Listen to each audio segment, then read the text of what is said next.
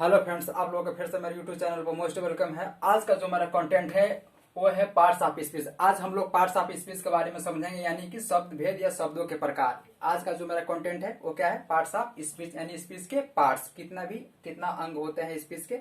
ठीक है, तो सबसे पहले चलते हैं डेफिनेशन को समझते हैं। ठीक है, डिफिनीशन यानी परिभाषा। All the English words are divided into 8 groups according to the work they do in a sentence. इस group is called parts of speech। यानी अंग्रेजी के इसका अर्थ ये हुआ, इसका अर्थ यानी हिंदी में अंग्रेजी के जितने भी शब्द हैं उन्हें वाक्य में कार्य तथा प्रयोग के विचार से 8 भागों में विभक्त कर दिया गया है, यानी विभाजित कर दिया गया है। इनमें से प्रत्येक भाग को हम पार्ट्स ऑफ स्पीच कहते हैं, यानी स्पीच के पार्ट्स कहते हैं। ठीक है, ये निम्नलिखित होते हैं और इनमें इसमें पहला है नाउन। नाउन यानी संज्ञा, इसको संज्ञा यानी नाम। ठीक है, इसका डिफिनेशन समझते हैं।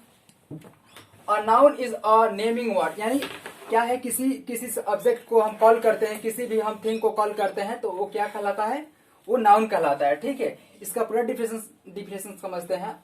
A noun is a naming word या of a person, animal, place या थिंग। ठीक है, या थिंग। ठीक है, फॉर एग्जाम्पल जैसे समझते हैं, बिट्टू विकास, इस अ प्रॉपर नाउन है। ठीक है, dog, cat, India, America, China, Pakistan, box, bench, chair, pen, copy. ठीक है, इनमें से जो बॉक्स है ये आपका थिंक है, और बेंच है ये भी आपका थिंक है, यानी वस्तु है।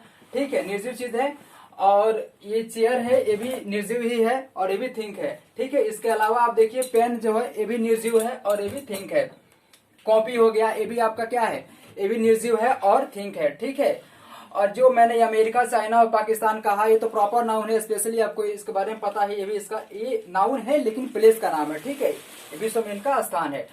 अब हम बात कर लेते हैं सेकेंड पॉइंट, यानी प्रोनाउन की। प्रोनाउन यानी सर्वनाम, इसको सर्वनाम। ठीक है, इसको हिंदी में सर्वनाम कहते हैं। और इसका डिफिनीशन है, a pronoun is a word used in the place of a noun. यानी प्रोनाउन वह एक शब्द है। ठीक है, प्रोनाउन वह शब्द है जो नाउन का स्थान पर यूज किया जाता है, यानी नाम का स्थान पर, यानी संज्ञा के स्थान पर यूज किया जाता है। जैसे I, we, you, they, he, she, it, etc। ठीक है, ये सब क्या है, प्रोनाउन है। आई मिस होता है मैं, वी मतलब होता है हम या हम लोग, वी मतलब होता है तुम या आप लोग, और दे मतलब होता है वे या वे सब। ठीक है, और ही मतलब होता है वह, ये पुरुष के लिए, और सी मतलब होता है वह, स्त्री के लिए, और इट का मतलब भी वह होता है, निर्जीव के लिए। ठीक है, और हालांकि आपको पता होना चाहिए, ये जो है ये फर्स्ट पर्सन है, आई और वी। ठीक है, ये फर्स्ट पर्सन है, ये सिंगुलर है, ये प्लूरल है। ठीक है, और ये जो है सेकेंड पर्सन है, यू, और ये है जो थर्ड पर्सन, ये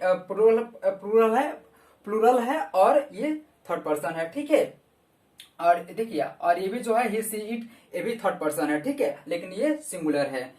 अब हम बात कर लेते हैं थर्ड पॉइंट, यानी एडजेक्टिव की। ठीक है, ये पार्ट्स आप इसमें हम पढ़ रहे हैं, इसको याद रखिएगा। एडजेक्टिव यानी कि विशेषण। ठीक है, इसका डिफिनेशन समझते हैं। An adjective is a word that qualifies a noun. ठीक है, एडजेक्टिव जो होता है, एडजेक्टिव वो शब्द है जो नाउन की विशेषता को प्रकट करता है, दर्शाता है या बोध करता है। ठीक है, ठीक है, नाउन या प्रोनाउन की विशेषता को क्या करता है, दर्शाने का काम करता है, नाउन या प्रोनाउन। ठीक है, प्रोनाउन जैसे मैंने बताया, I, we, you, they, he, she, it, ये सब क्या है, प्रोनाउन है। इनकी विशेषता को दर्शाने का काम करता है कौन, एडजेक्टिव। या फिर नाउन जैसे कि विकास, बिट्टू, ठीक है, चाहे डॉग हो गया, कैट हो गया, एलिफेंट हो गया, इंडिया हो गया, अमेरिका हो गया, चाइना हो गया, ब्रिटेन हो गया, जो भी है। ठीक है, तो इनको क्या करता है, ये विशेषता दर्शाने की, इनकी विशेषता को दर्शाने का काम कौन काम करता है, एडजेक्टिव करता है। ठीक है, जैसे गुड हो गया, ये जैसे for example good, beautiful, healthy, red, blue. इसके अलावा कई भी अन्य उदाहरण है जिससे हम समझ सकते हैं। देखिए, हम एक एग्जांपल के माध्यम से आपको समझाने की कोशिश कर रहे हैं। काजल इज अ ब्यूटीफुल गर्ल। देखिए, यहाँ जो ब्यूटीफुल है ये गर्ल की विशेषता को प्रकट कर रहा है। ठीक है, चलिए नेक्स्ट पॉइंट को समझते हैं।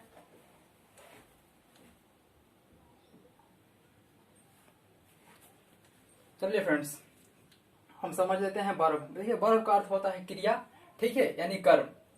इसका डिफिनेशन समझते हैं। देखिए, A verb is a word which show an action या state and possession। ठीक है, देखिए वर्ब वह शब्द है जो कार्य, दशा और स्वामित्व का बोध करता है। ठीक है, ठीक है, स्वामित्व का बोध करता है। दशा यानी स्थिति, ठीक है, और ये स्वामित्व यानी पास होने का बोध। ठीक है, कार्य का भी बोध करता है, जैसे walk, speak.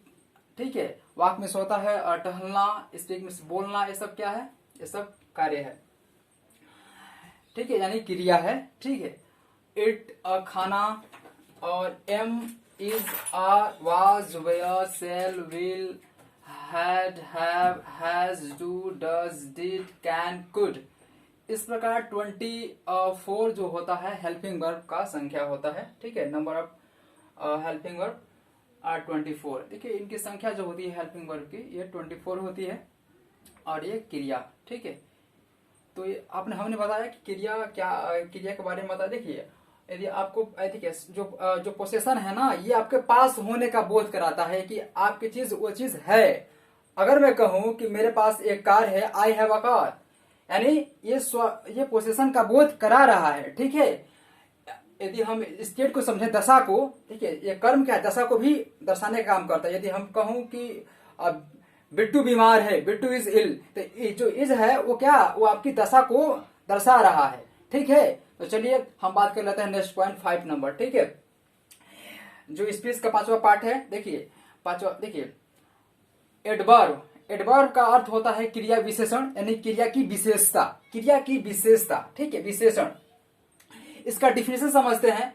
An adverb qualifies और वर्ब एन एडजेक्टिव या एन अदर वर्ड। ठीक है, एक एडवर्ब जो होता है वो वर्ब और एडवर्ब, यानी कि देखिए वर्ब और एडवर्ब या फिर अदर एडवर्ब की विशेषता को दर्शाता है। ठीक है, विशेषता को दर्शाता है, जैसे कि slowly, carefully, happily, kindly, very, beautifully, badly, fast. ये सब क्या है?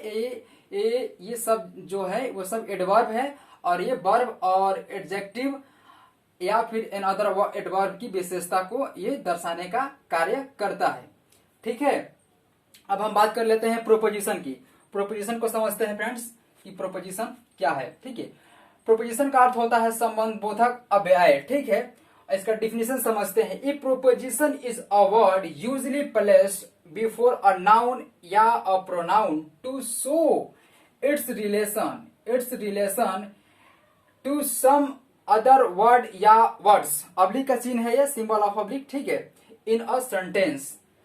इसका अर्थ ये हुआ, इसका हिंदी में अर्थ ये हुआ कि प्रीपोजिशन वह शब्द है जो अक्सर नाउन या प्रोनाउन से पहले आकर उस नाउन या प्रोनाउन का संबंध वाक्य में प्रयुक्त किसी अन्य शब्द या शब्दों से कराता है।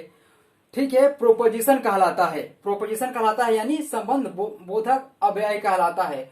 फॉर एग्जाम्पल, जैसे इन हो गया, इनटू हो गया। ठीक है, फ्रॉम है, विथ मतलब होता है संग, टू मतलब की ओर, एट मतलब पर होता है, ऑन मतलब भी पर होता है, लेकिन ये स्थान के लिए यूज किया जाता है। और बिलो मतलब नीचे होता है, विदाउट मतलब के बिना, ऑफ माने ऊपर, एबव मतलब भी ऊपर होता है, बाई मतलब द्वारा, ओवर मतलब भी ऊपर होता है। ठीक है, ये सभी के सभी क्या कहलाते हैं? प्रोपोजिशन कहलाते हैं। ठीक है, ये प्रोपोजिशन कहलाते हैं। चलिए फ्रेंड्स, अब हम नेक्स्ट पॉइंट के बारे में चर्चा करेंगे, डिस्कस करेंगे। ठीक है, चलिए फ्रेंड्स बात कर लेते हैं हम कंजंक्शन की। ठीक है, कंजंक्शन समझते हैं। इसका अर्थ होता है समुच्चय बोधक अव्यय। ठीक है, क्या होता है? अव्यय होता है। ठीक है, इसका डिफिनेशन समझते हैं। डिफिनेशन यानी परिभाषा। A conjunction is a word, एक शब्द है विच ज्वाइन वर्ड्स या सेंटेंस टुगेदर। ठीक है, साथ साथ जोड़ने का काम करता है। शब्द या वाक्यों को एक साथ जोड़ने का काम करता है। एक कंजंक्शन एक शब्द है जो शब्द या वाक्यों को जोड़ने का काम करता है। फॉर एग्जाम्पल, जैसे देखिए एंड हो गया, बट हो गया, या हो गया। ठीक है, ये सब के सब क्या कहलाते हैं? कंजंक्शन कहलाते हैं, जो शब्द या सेंटेंसेस, जो वर्ड्स या सेंटेंसेस को जोड़ने का काम करते हैं, ठीक है, जोड़ने का काम करते हैं, ठीक है।